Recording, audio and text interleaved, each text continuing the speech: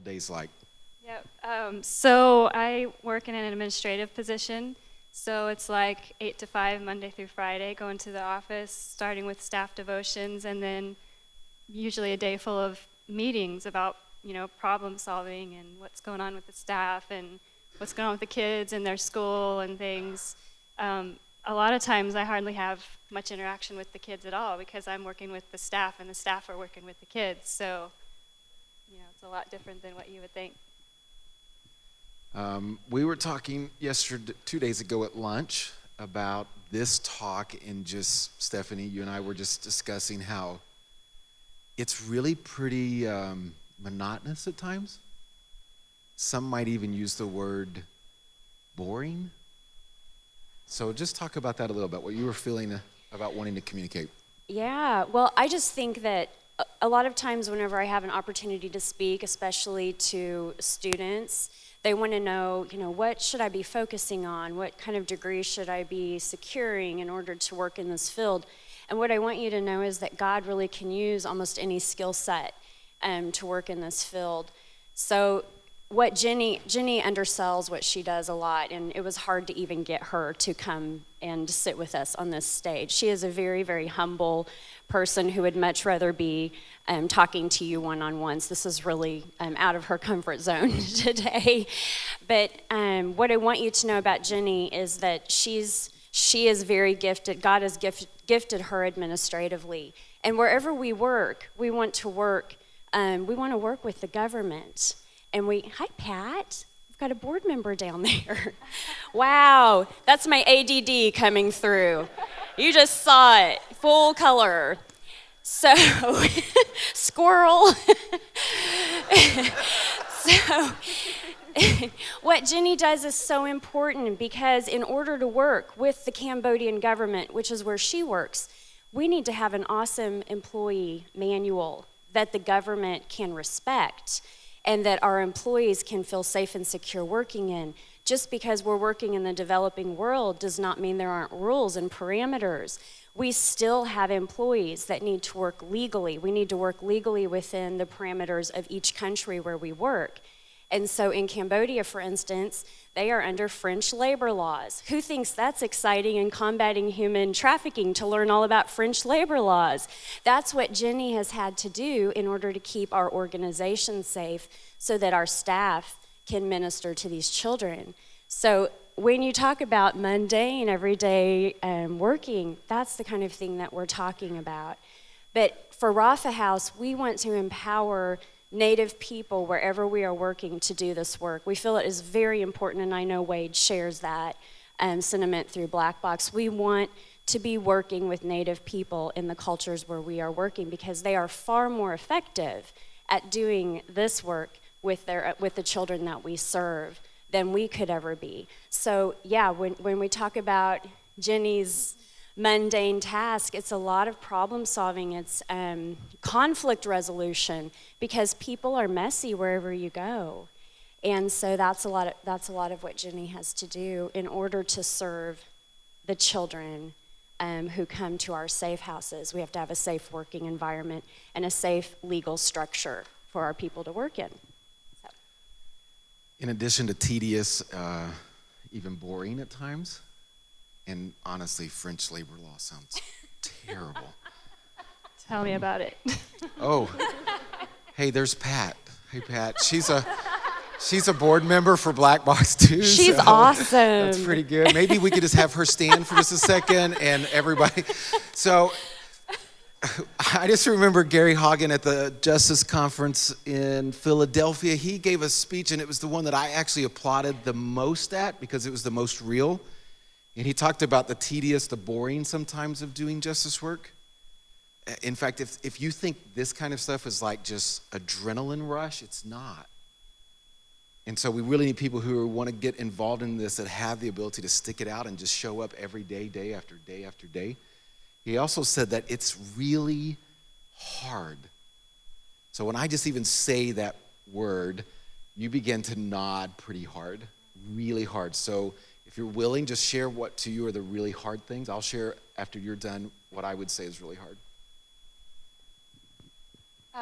I think a lot of the time we feel like we're climbing a mountain, like we're always climbing a mountain to achieve something. And so, like this past year, it was climbing a mountain of the policy, which seemed like it was never going to end.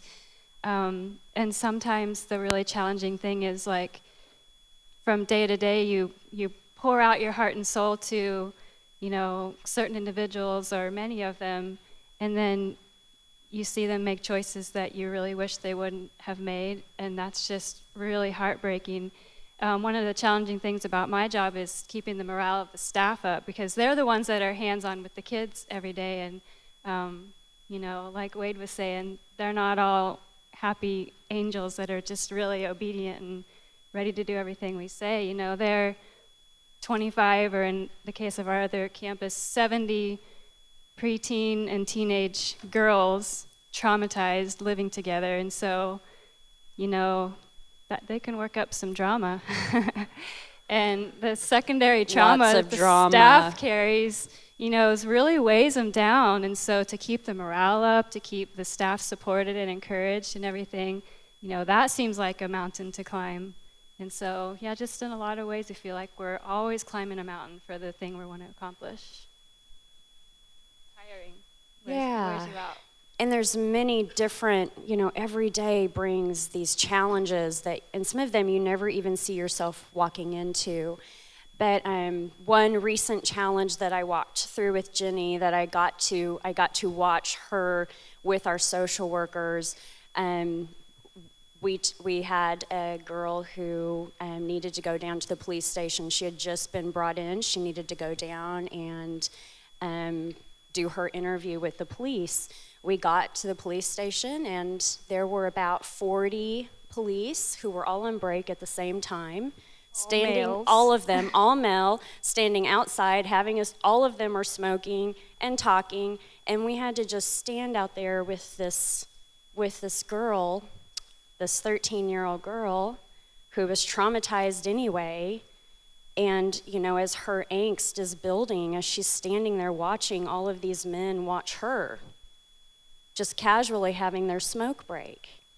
And then whenever they finally were finished with their group smoke break, they brought her into a room where there were about, 15 desks all in a row lining both sides of the room, and set her right down in the middle of all of these desks to do her interview with this police officer. And all of the men came in, all of their eyes are on her, and here she is, this little girl who's been extremely traumatized, getting ready to tell her story, or even try to tell her story, with this audience of all of these male police officers. And so I watched Jenny say, "We need a private room for her to give you this interview." There is no private room, they said. This is it. This is the main police station where we work. No, we need a private room. And I watched her stand her ground against all of these uniformed Cambodian policemen. That's tough. And they didn't understand, because this is their normal way that they do business. They didn't understand why we needed a private room. So it's about also educating them how to do the best job that they can do, because they just don't know. They haven't been educated that way. And then finally, she pushed and pushed and pushed until finally they stood up, took us back through the jail. We actually went into the jail, back to the room where they kept the rice. The room is, it was basically just a covered, we were out of the sun, and it's where they store all of the rice. And they pulled up some plastic chairs, and that's where they interviewed our girl. But that's just one day, and it was exhausting. It was absolutely exhausting. The very people that should be professionally trained, to gather this information and protect the children, they are actually oftentimes re-traumatizing the children over and over and over again. And we see this in every country where we work. And so we're really excited that one of the things that Rafa House is trying to do now, we are trying to facilitate child-friendly interview rooms in the cities where we're working, where the police can actually come and interview any child in a private, setting, which is child friendly. And we want to teach local law enforcement a better way to interview children. So that's just one challenge that I watched her walk through. Yeah. I sit on a lot of planes, and it's pretty often to have a person next to me turn and say, "What do you do?" Or "Where are you going?" Or "Why are you going to this place?" And in my mind, I'm always thinking, what am I going to actually say, especially when I'm traveling for Black Box? Because if I say that, one of two things is going to happen. If I say I'm going to work with a ministry called Black Box International, we work with these underage boys that have been rescued out of sex trafficking, but we provide the aftercare. I mean, if I go into the whole spiel, every time one of two things happen. The first one is they begin to move away from me physically and do not talk the rest of the entire flight. Could be 10 hours, could be 12 hours. It's like, I can't have anything to do with this. And I don't even mind that so much. Sometimes I'm like, great, I can read and watch a movie. But it's the second response that actually is the harder one, and it really feeds into what's the hard thing of carrying this out all the time working in this type of ministry is they will turn and they will say, "Can I tell you my story?" And often it's one of abuse. Maybe it's things they've seen. Could be a family member. It's shock. This happens in my country. This happens in my town. And they begin to talk about it. And I just begin to feel this weight. I think it's the weight of the stories that's the hardest thing.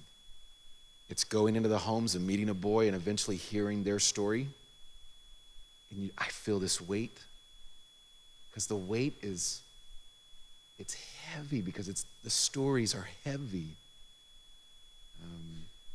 When I come back from a trip, I was just in the Dominican Republic this weekend, and often people go, "Was it a great trip?" Yeah, no, yeah, no, yeah. Yeah, I mean, it was great. And no, it was listening and thinking and talking about this issue that's horrendous. And I'm not even the one who has to carry it. This boy does, but I hear the story, and every time we interact with someone, we hear the story. That's what I feel is one of the hardest things. What do you do when you hear about the evil of this world? How do you carry that? Knowing that a lot of times all you can do is just affirm in them still the goodness and try to help. I love what Jenny said. She said it's like this mountain. You're always climbing a mountain, and she's really probably better than I am because I feel like I'm trying to climb a mountain, and when I get to the top, I realize it was actually a hill and the mountains are in front of me still, and I just have no clue how hard it's going to be or what we're going to have to do, but the reality is you just keep walking one foot in front of the other day after day after day, doing this hard, sometimes tedious, at times boring, and at times difficult job. And so when people say, what do I need? What kind of career do I need? Or what kind of training do I need? If I want to really get involved in this, I have a heart for this. What do I need?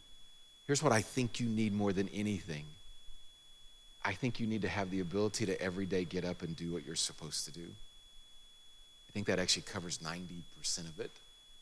I just choose today to get up again and go do what I'm supposed to do no matter how hard it is. No matter how hard it hurts me, no matter how difficult I think it is, no matter how boring, or even if it looks like we're failing. I remember just not that many months ago sitting with our team going, I think Black Box is failing.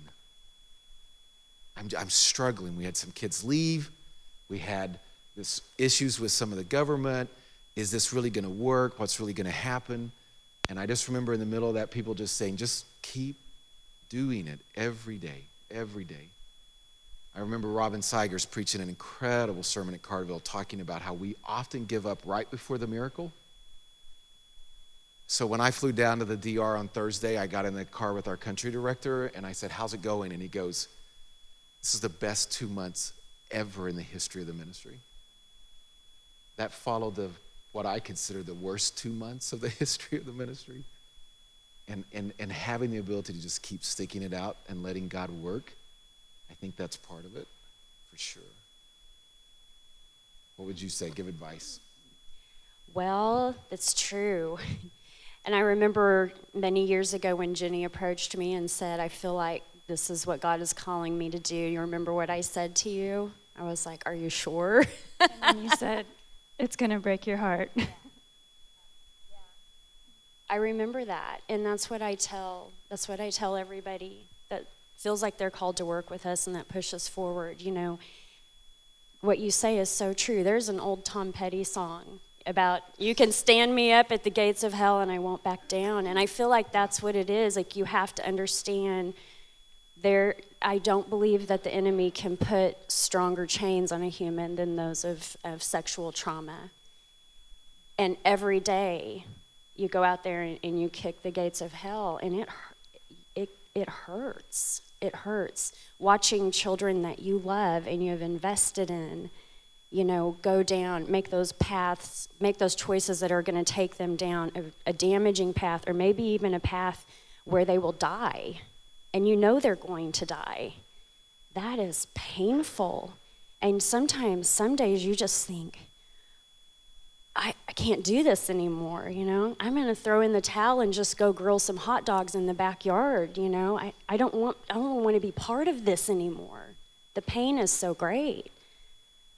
But also the joy of seeing those that make it. I think that's the thing. That's the thing that gets us through. And you know what? Success looks different for every child. And sometimes what doesn't look very successful to us still is success in God's eyes, because their hearts are turning towards Him. So it's powerful. And I think I'll just follow that up by saying sometimes the battle, you know, personally will be trying not to withdraw too much, because then, and you can almost even want to, you know, get apathetic or something, like numb or something, you know, so, but you don't want to be there. You still want to be alive in it. I think there's this tough balance between needing to at times be able to detach a little, and you got to figure out kind of what you do, that you give yourself that space to kind of deal with it, and yet let yourself also fully feel it, to go ahead and identify. It's a great. It's about identifying the point where you even go, this is family even. And when they become family, it changes everything. This isn't just, I want to do something good to someone. This is us together fighting. And their victories are our victories. Their struggles are our struggles. When they're up, they're up. When they're mourning, we mourn. It's just this, to do that, you have to engage. And you have to live in healthy ways, too. And you have to figure out, how do you have some of that balance? I have a good friend, he said in the audience, he's going to die, that I'm actually pointing him out here, Roger Twitchell, who works with Black Box. I realize now that the way he kind of wrestles with some of the really hard stuff is he has an addiction to ice cream. And there's a place called Bone Down. It's like a yogurt place, and I don't know. I've been there with him. If it's a really bad trip, like we were dealing with really hard things, he'll eat 10, 12 times at the ice cream place.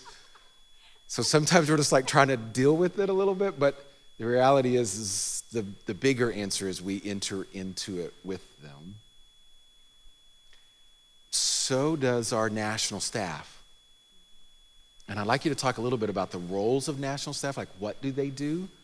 But then how do you think they carry some of this? How do we help?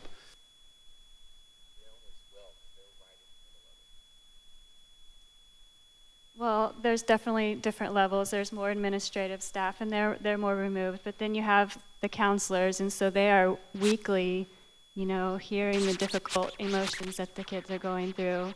You have the social workers who are going out and meeting with the kids' families in their small villages and very poor, very desperate situations, and just feeling like so much desire to want to help fix their life and give their life hope too, so that when the kids go home, they all have a chance for success together.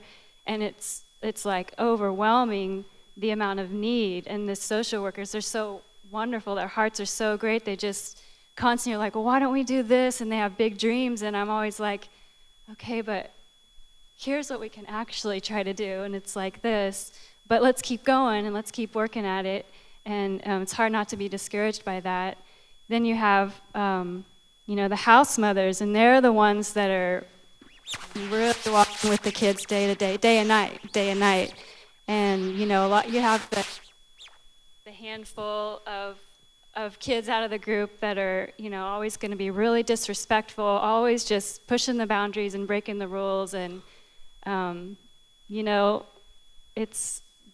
they just get tired of it. The staff just get tired of it. But also, what I love is I'll just look out the window one day and I'll see the staff, the counselors and the house moms and the kids, and they're all wrestling in the grass together or whatever, and they just laugh and play. And, those moments are awesome and refreshing.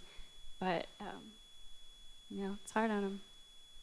I want to just say, is this one working? Yeah. I just want to say that I believe that you guys hold the key for healing for these types of children. I want to encourage you to keep moving forward in your studies with this, because our government, has a lot of money to throw at human trafficking. Corporations have a lot of money to throw at human trafficking. Hollywood has a lot of money to throw at human trafficking, but they don't have Jesus. And you guys really have the secret weapon. Seriously, if our girls can understand who they are as daughters of God, then they are poised for success. If they don't get that, they are really poised for failure. That's the honest truth. That's the nuts and bolts of this whole thing. Especially where we're working with traumatized children, they have been broken down to ground zero. Their self-worth, their value, it's non-existent. And I really believe that Jesus Christ is the only hope for rebuilding that sense of self-value and sense of self-worth, that you are a daughter of God. You are a son of God. You have great value. You have great value. Your life has great meaning. And if they can really wrap their minds around that, then they are poised for success at that point. Our national staff on the ground, I think they're just the frontline people. They're all believers, and they're frontline people who actually carry out the things we would want to do to fight against the darkness. And I don't know how else to describe it other than this is the darkness.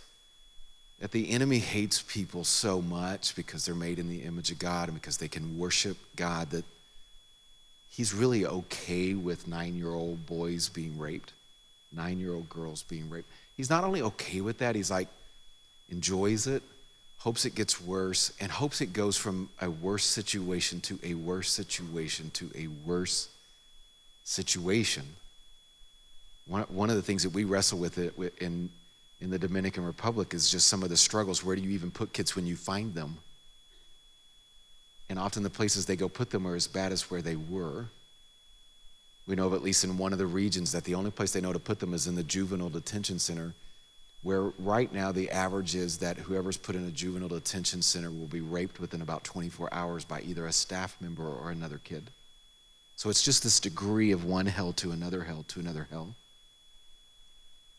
The staff and even the other boys in the home end up playing this role, this hands and feet of Jesus. We had a boy come into the home not too long ago, and when he came, he showed up. It's embarrassing. There's shame, a lot of shame attached. Head down. What's this going to be? In his head he's having to be thinking, is this going to be a good place or a bad place? And everything in life right now is communicating this is probably a bad place too. But he steps in and one of the other boys recognizes him from their time on the street, says his name, looks up, somebody knows me. We have a widow from one of the local churches who works in our home as a grandmother, an abuela. She's great. She's really pretty feisty. I don't know how your grandmother's like. Your grandmother may be really sweet. My grandmother was more like, kind of feisty. You know what I mean? She's really feisty. Like I've watched her play dominoes with the kids. I want to intervene because she is trash talking them so much. So it's kind of cool, but she immediately goes up and just grandma hugs him.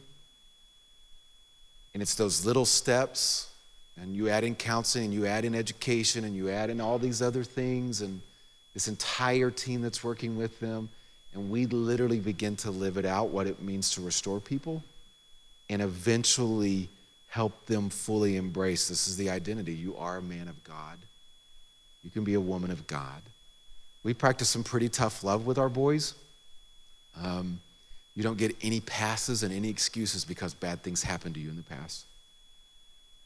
They did. We're going to help you work through it, but here's who you are today, and the future is about Ephesians 2:10. You were created with good works to do. They're still for you to do. And our highest expectation is that you're going to be a man of God, of course. Here's what that looks like.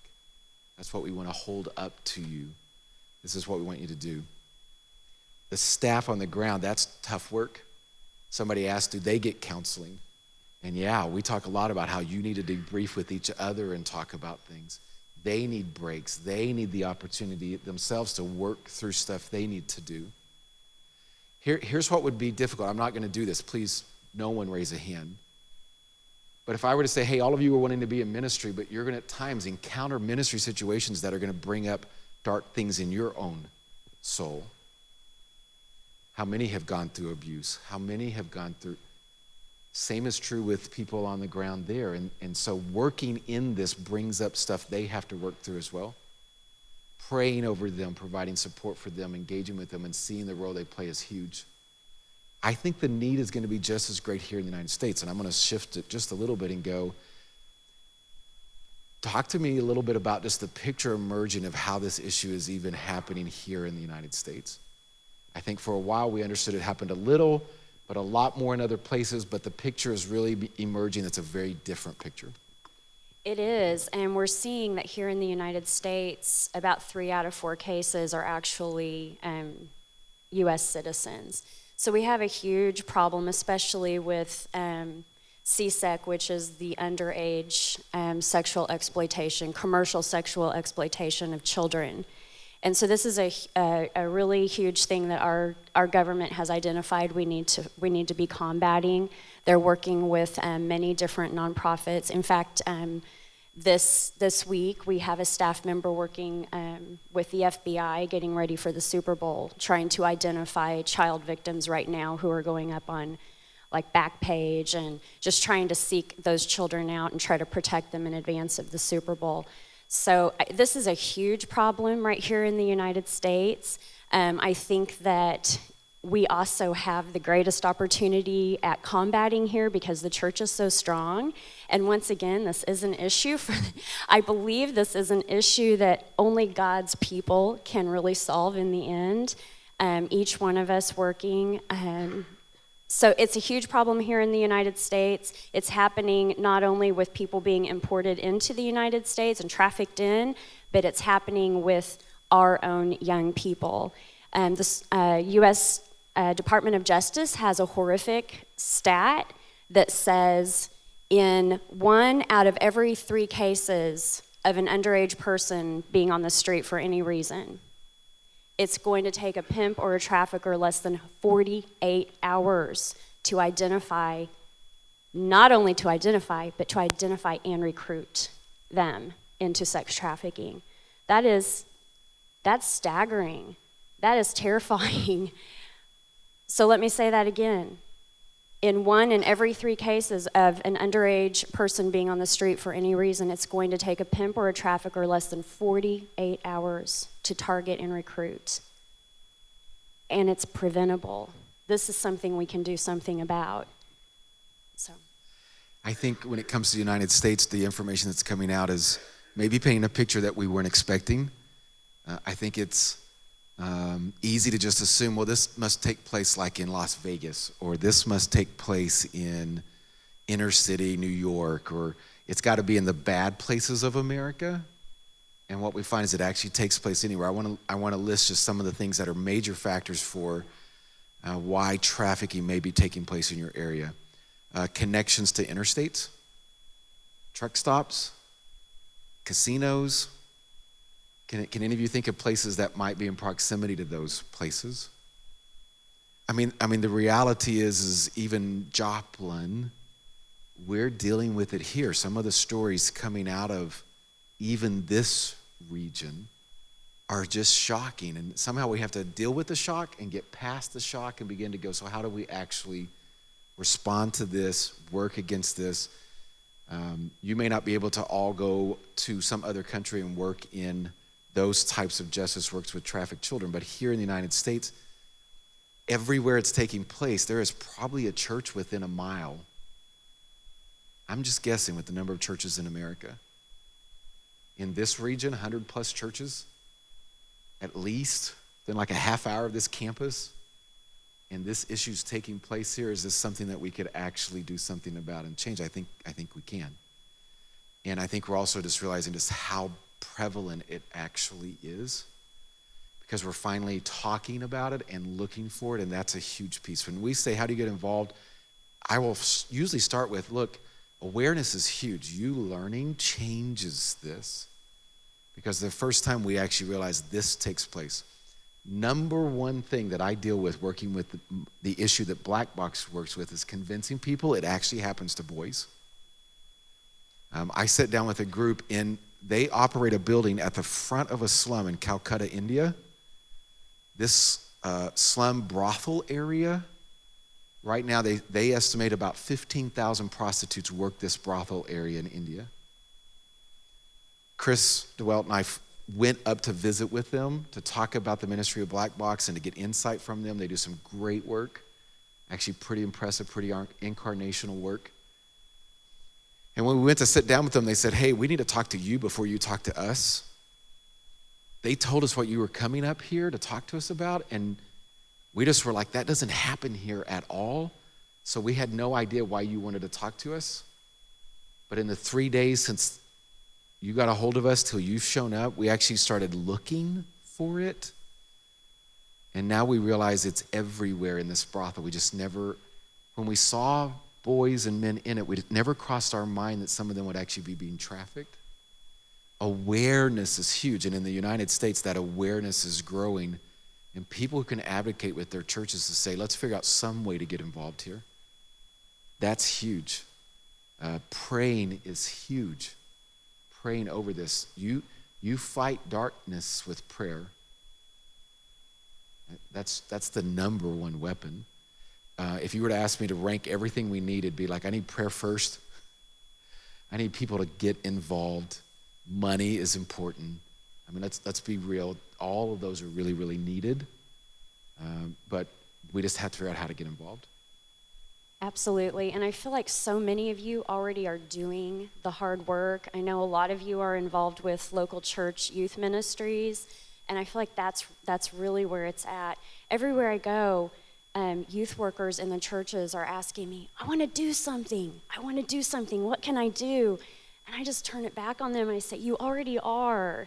You are the wall watcher for the children in your realm of influence. You are standing on the wall for your youth group at your church, because I don't want you to think that the kids you're working with are not vulnerable. Here in the United States, the greatest grooming method that's being used right now is through social media and online gaming. And who here works with kids in local churches? Almost everybody.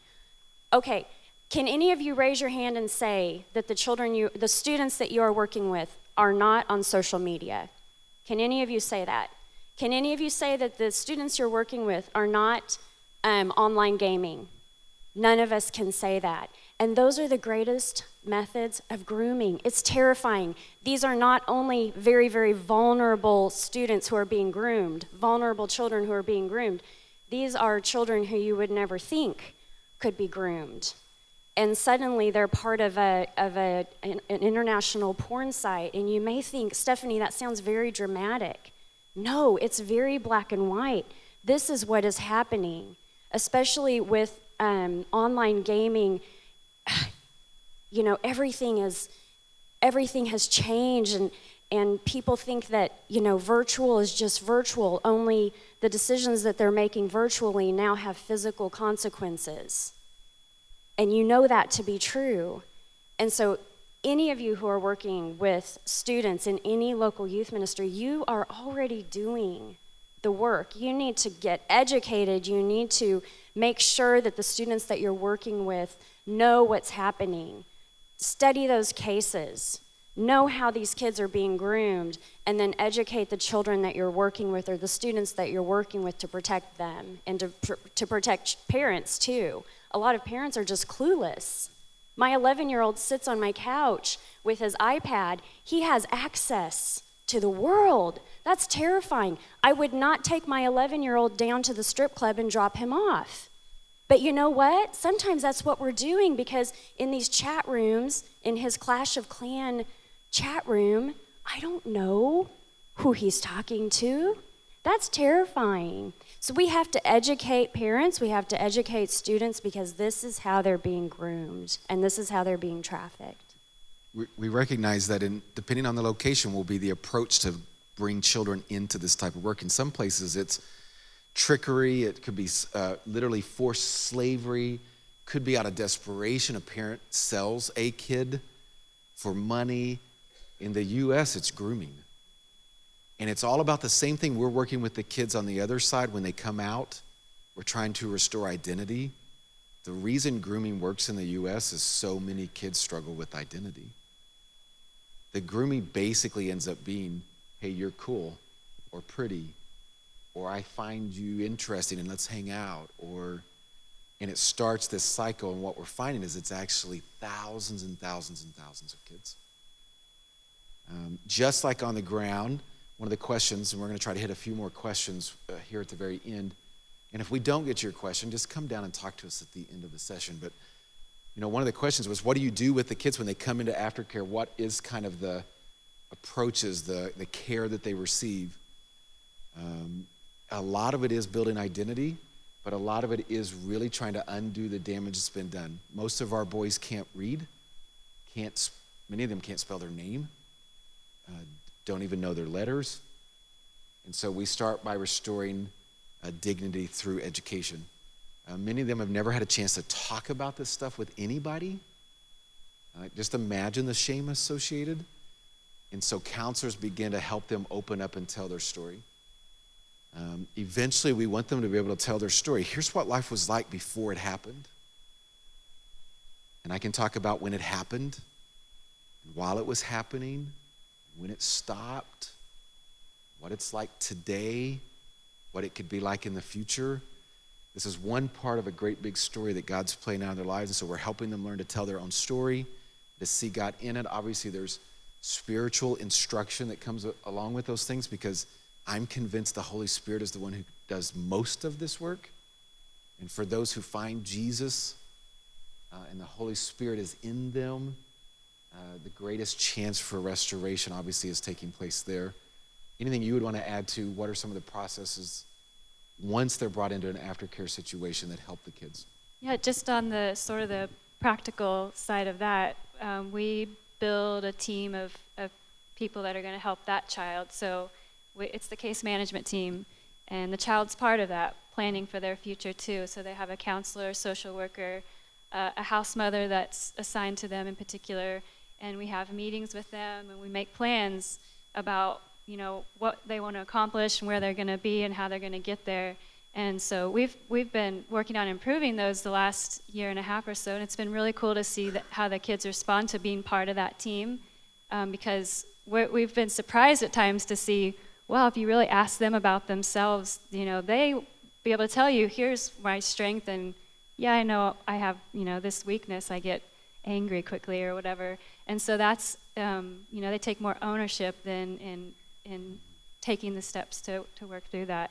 And so, then we work on the plan. They need to get in education, get in school, or do they need to work toward a vocational training of some kind, and we just start planning out the steps for them. And I think we would all agree, I know we would all agree, that trauma-focused therapy is very, very important.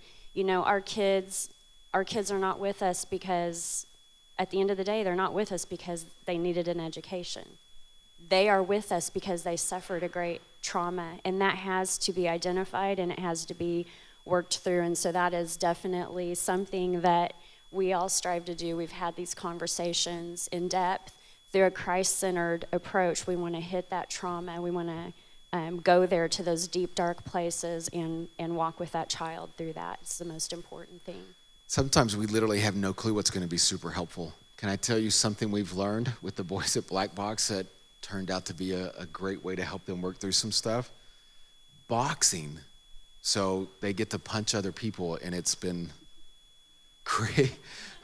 I was just kind of processing that when they were like, hey, the boys are now boxing. And I'm like, okay, I would have never thought of boxing as a part of therapy. But in like really controlled ways, learning how to do that and working out anger. Do you think these boys have anger? So what are the different ways that could come and play into that? You know, I don't know what all God will use to help bring about restoration. I know that he's very interested and he knows what is needed. And so we figure out how to do that. Some of you are saying, how do I get involved? You know, a really cool thing that happened with one of the dorms here at Ozark is they adopted Black Box and bought all the boys' baseball gloves. And so last weekend they played baseball for hours. It's pretty incredible. Jenny, I'm gonna put you on the spot for this question. Be one of our last questions. So they were just saying, how do I actually get involved? What could I do? I'm picking on you because you're like much closer to their age than I am. You're great. I think you're amazing in what you do. I've had the privilege to go and visit her and in the actual work that she's doing there in Cambodia. But I also know that you're just normal. I don't mean that in any offensive way at all, but it's like, it's not like, you know, here's the most gifted person on the entire planet. Here has nothing to offer. It's just a normal person who was willing, and somehow you figured out, how do I do something? One of the questions was, how do we get involved? What are things we could do? What advice would you give them? Well, I would go back to what you have already said in educating yourself first and just being aware of where the problems are. So going back to how I got involved, I started reading about it and kind of got obsessed a little bit with reading and discovering what was going on, and then came to that decision, well, what am I going to do about it? As a Christian, I need to have a response of some kind. And, you know, I was able to be available to go to Cambodia and be there. But the truth is, too, that I didn't have any training in management or counseling or social work or any of the things that I'm, you know, working with every day. But, you know, I think I was willing to be available. And for the first, you know, 2 years, I was ready. When I got there, I was ready to, you know, be doing, you know, spiritual leadership and things like that. Well, language was a challenge. And when I met with the team for the first time and I was ready to, you know, really do something to make a difference, and I said, but I'm here to be a volunteer and you put me to work, and what do you guys need me to do? And they said, we need you to teach English. And I was like, oh, man. Not want to do that. But you know what? It's what they needed at the time, and I committed to do it. And for 2 years, I just worked it out, and it was hard, and I didn't really feel like I was making a difference. But what was happening that I wasn't seeing was, you know, God was building the plan and working out the plan for me, and I was building relationships and learning a lot, and, you know, being available. So that's a huge part of it, I think. We have 1 minute to answer this last question that was sent in. I'm going to switch gears completely, and the question was, do we actively try to love the traffickers?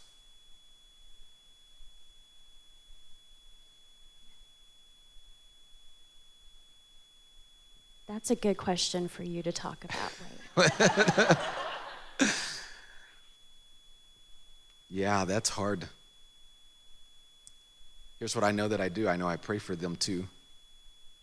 And I know that they're often enslaved in as much darkness as what they just took the kids through. And I know that they need to be rescued as much as we need to break down doors and take kids out of brothels.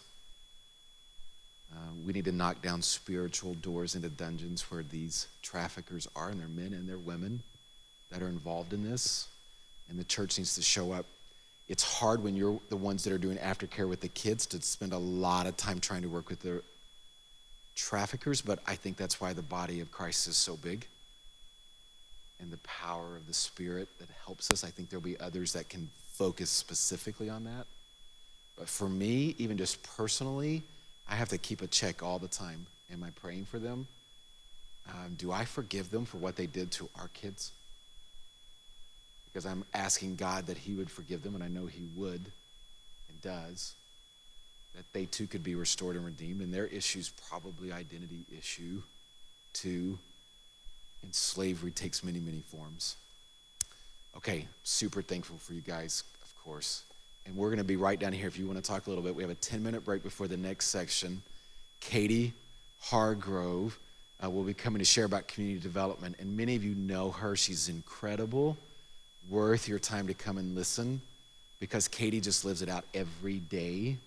And we can walk you down the street just a little ways and see how a community's been transformed. She gets this, okay? So super excited about that next session. Thank you so much. 10-minute break.